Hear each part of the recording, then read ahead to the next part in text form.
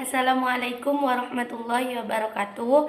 Nama saya Yudiani Saputri, mahasiswi Yai Syarifuddin Fakultas Ekonomi dan Bisnis Islam Prodi Ekonomi Syariah.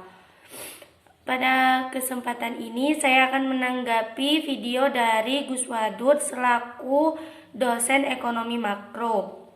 Pada minggu sebelumnya kita pernah mempelajari tentang ekonomi tertutup tanpa kebijakan pemerintah atau ekonomi dua sektor. Nah, pada kesempatan ini kita akan mempelajari tentang ekonomi tertutup dengan kebijakan pemerintah atau bisa disebut juga ekonomi tiga sektor. Yang pertama saya akan menjelaskan mengenai definisi ekonomi tiga sektor.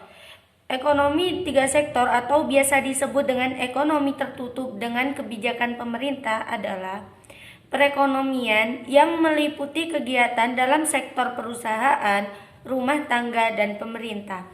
Jadi, dalam ekonomi tiga sektor ini ada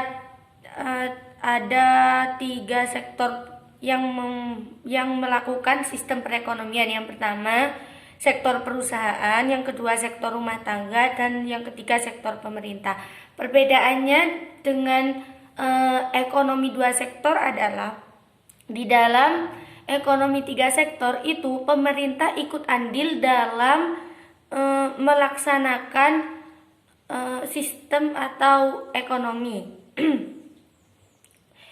Dalam ekonomi tiga sektor, perusahaan berperan sebagai produsen, rumah tangga sebagai konsumen, pemerintah sebagai pemberi subsidi dan pajak, serta menjadi konsumen. Jadi, jika di ekonomi dua sektor itu yang menjadi konsumen hanya rumah tangga atau sektor rumah tangga saja, maka di dalam ekonomi tiga sektor itu yang menjadi konsumen itu juga termasuk di dalamnya pemerintah. Jadi pemerintah ikut menjadi konsumen.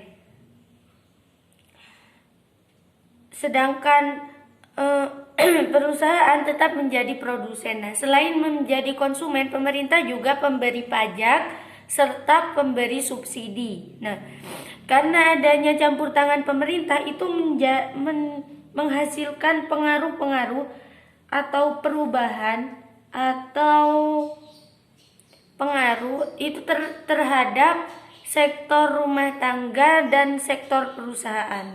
Kalau di sebelumnya di ekonomi dua sektor hanya ada sektor perusahaan dan sektor rumah tangga, di ekonomi tiga sektor ada kan sektor pemerintah. Nah, sektor pemerintah ini menghasilkan pengaruh atau mempengaruhi.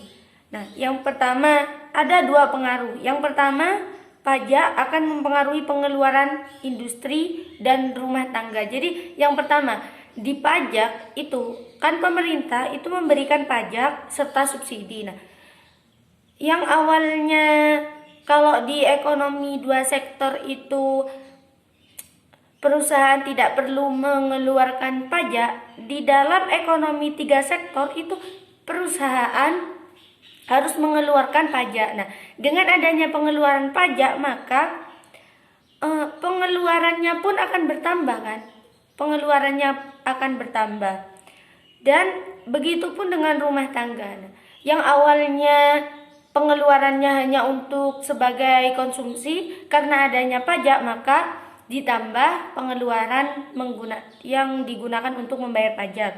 Yang kedua, pajak membantu pemerintah berbelanja dan membantu meningkatkan perbelanjaan agregat. Nah, kalau bagi sektor perusahaan dan sektor rumah tangga itu pajak itu memperbanyak pengeluaran. Nah, kalau bagi pemerintah, pajak itu membantu pemerintah. Kan pajak itu penghasilan negara, penghasilan pemerintah. Nah, dengan adanya pajak itu mampu meningkatkan perbelanjaan agregat. Nah, kalau pajaknya lancar, maka perbelanjaannya pun akan lancar dan ada kenaikan. Karena penghasilan negara itu salah satunya berasal dari pajak.